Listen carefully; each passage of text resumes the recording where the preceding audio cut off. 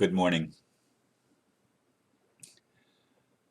I noticed something interesting as I just a few minutes ago went back and clicked on the YouTube video page, my YouTube video page, and it shows yesterday's video has 444 views, and the one from the day before yesterday, um, January 28th, has 555 views. And you all know how I like those triple numbers. So I give you that little bit of nonsense this morning. And why do I like triple numbers? Because I think it multiplies the value of the number. I think it accentuates the value of the number. So, and I believe it makes it for master numbers because of the energetic effect. I could be wrong. It's my own little thing. Anyway, the title that I've chosen for this morning, and believe me, I actually put a title down yesterday that I thought I might talk about today, but I've pushed that back to a different day, which was the title I had selected was Seeing What's on the Back Burner, but it's going to stay on the back burner. And I also had the thought of talking about Benjamin Fulford's release yesterday, which I may do tomorrow or some future day. I don't know. But there was a video. Wait, let's get to the title. 2012, Peace is the Absence of Negativity. And my little blurb is a video from Maharishi University featuring David Lynch and Dr. John Hagelin was sent to me yesterday. The former said that peace is not the absence of war, it's the absence of negativity. It's a short, thought-provoking video that, for me, created an enigma. What is negativity? For that matter, what is peace? And then I include the link to the actual video so that those that didn't see it will get an opportunity to see it. Now let me say this about that video. I wanted to watch it, and I clicked it on, and the lips were moving. I scanned through various places of the video, and the lips were moving, but there was no sound coming out. And I tried numerous times and numerous things to get that video to play the audio. I even went to the Maharishi University video page channel and tried several videos. Well, actually four. And three of them had audio. That particular one video had lips moving, no audio. I finally got to hear it by actually going to my laptop computer and pulling it up on there, and for some reason it worked fine. So I thought that was really weird, and I actually re-listened to it this morning before I did this video since I've come back from the meditation room. But I commented yesterday on the Facebook post, and as I said in the blurb today, it leaves something to be desired because they did not define negativity. And for that matter, they did not define peace. We think we know what peace is, and as Mr. Lynch said, we think it's an impossibility to have peace. But it's not. And it does take getting beyond our negativity. But so many people in my world, and me to a large extent, have much of our lives define negativity as something that I don't like, something that doesn't feel good, something that makes me uncomfortable.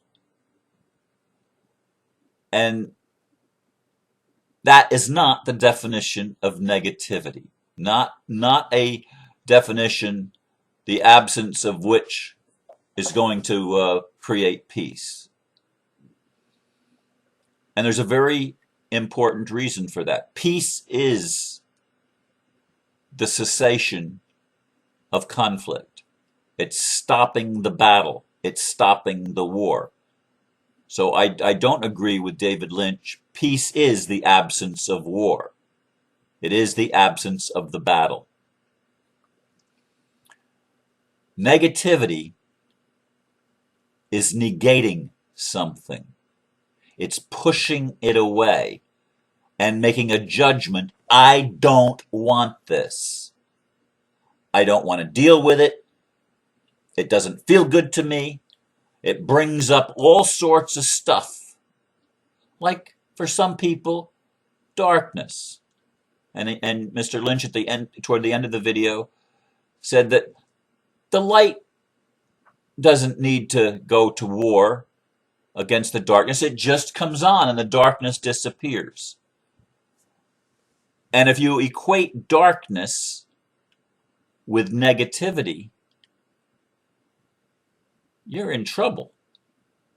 Because darkness is contrast. Darkness is the key element that produces the contrast necessary to see, necessary to perceive and to experience life. Masculine, feminine, contrast. Same, but different. Viva la différence. Let the difference live, because it is a beautiful thing. It's not a terrible thing. It's a beautiful thing. And we need to understand that negativity is not something that simply does not make us feel good, or conversely, that makes us feel bad. Negativity is judging something as not worthy of your attention and your time. I have friends. For a long time, I've had friends that think that talking about conspiracies is negativity. And if you talk about negativity, it's going something that's negative, like conspiracy theories. It's only going to make it get worse. It's only going to make it get worse.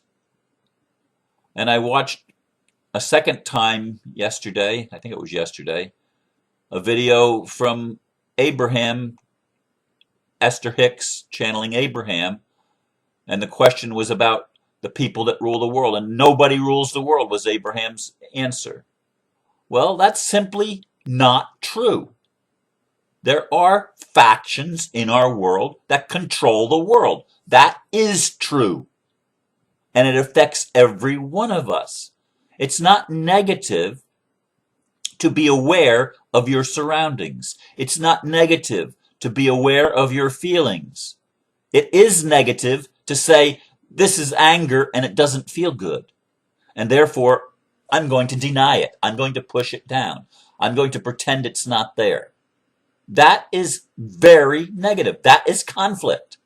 That is war. That is not peace. Peace is when fear can come up or anger can come up in your field of attention, and you just say, hi fear, hi anger, and it doesn't blow you off your false sense of peace. And it's a false sense of peace when it makes you so uncomfortable that you want to get rid of it, that you want to put it away, that you want to stop it. You know, when we're fighting it and not understanding why it's there, for one thing, it's a lack of wisdom when we don't understand why it's there. It's there because it's been created. Somebody created it. Guess who that somebody is? All of us. All of us. Unity consciousness is not about rejecting something. It's not about eliminating anything. It's about embracing it all and allowing it to bring its message home to our hearts. And the heart is the integrative peace maker that's within our being.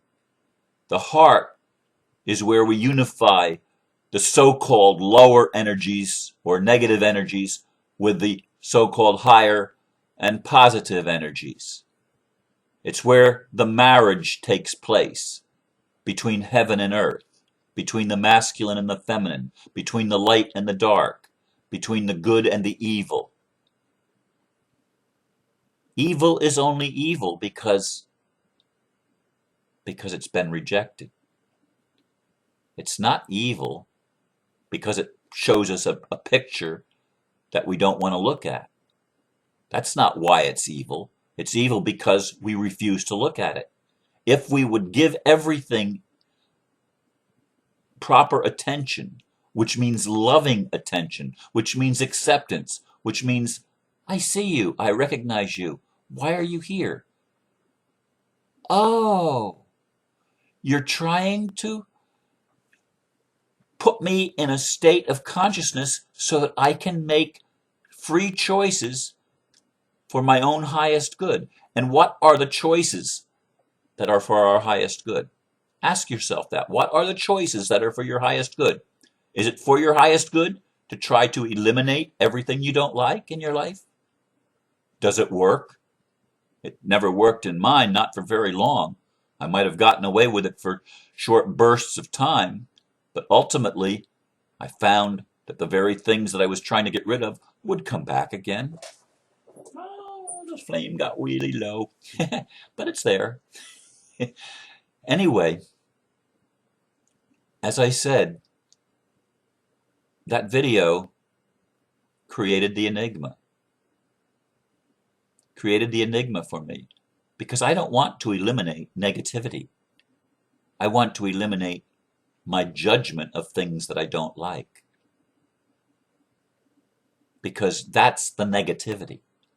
The negativity is not that the ego wants to have its own way. The negativity is trying to destroy the ego, like the Course in Miracles teaches. It's a destruction of the ego. It's an elimination of the ego. Another video that I watched yesterday said we basically have to crucify the ego. Well, that's conflict. That's just more conflict. Crucifying the ego? No. Bring the ego into a marriage with the self so that the ego is not feeling left out. The identity is not feeling rejected and invalidated as if it has no reason for being. We created it. It has a reason for being then, doesn't it? Has it gotten out of hand? Yeah, because we've forgotten the other part, because we've created the conflict. We've created the war between this and that, between apparent opposites. And we've not allowed the embracing of the paradox, the embracing of the opposites, the integration of the polarities coming together to dance instead of duel. It's so simple to me, and yet so many people just can't get it. Unity consciousness embraces it all. God is all that is, not part of what is, and the other part has to be eliminated. That's warfare. As long as you think that way, you're not embracing unity consciousness. You're not seeing from the position of the divine. You're seeing from the position of the human that doesn't understand the divine, that just doesn't get it, and maybe even doesn't even want to get it. And that's why we've created the world that we live in. It's a simple thing to say, hey, all right, judgment, I see that you're there. Thank you for showing me how I've been creating my world. It's because I've been judging this and that and putting them at enmity with each other. I'm making a new choice. I'm going to allow them to dance. I'm going to stop the war. That's what brings peace. It's not the absence of negativity. It's the understanding of why negativity is there. And when we understand it, we gain wisdom. And when we gain wisdom, we create peace. And it doesn't come by elimination. It comes by inclusion. It comes by integration. It comes by transformation. And this is what's happening in our consciousness and it's happening all over the culture of planet Earth. And it has ripple effects, as John Hagelin says. The ripple effects go out and out and out because we stop the war inside of us. It's really important, from my perspective, to have the perspective that I'm giving you right now, because this is the perspective that will bring peace on earth, and it will happen in our lifetimes. There are other things Benjamin Fulford talked about that I'll talk about in another video, but it's a pragmatic approach to finding a job for everything that works for everyone, including the military. I liked it that he included something for the military to do. You don't just eliminate the military, you give it a new direction.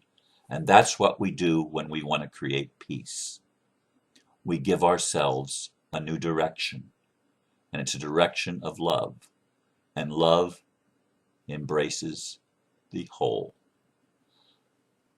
I hope I've made my point, and I thank you for listening. Namaste.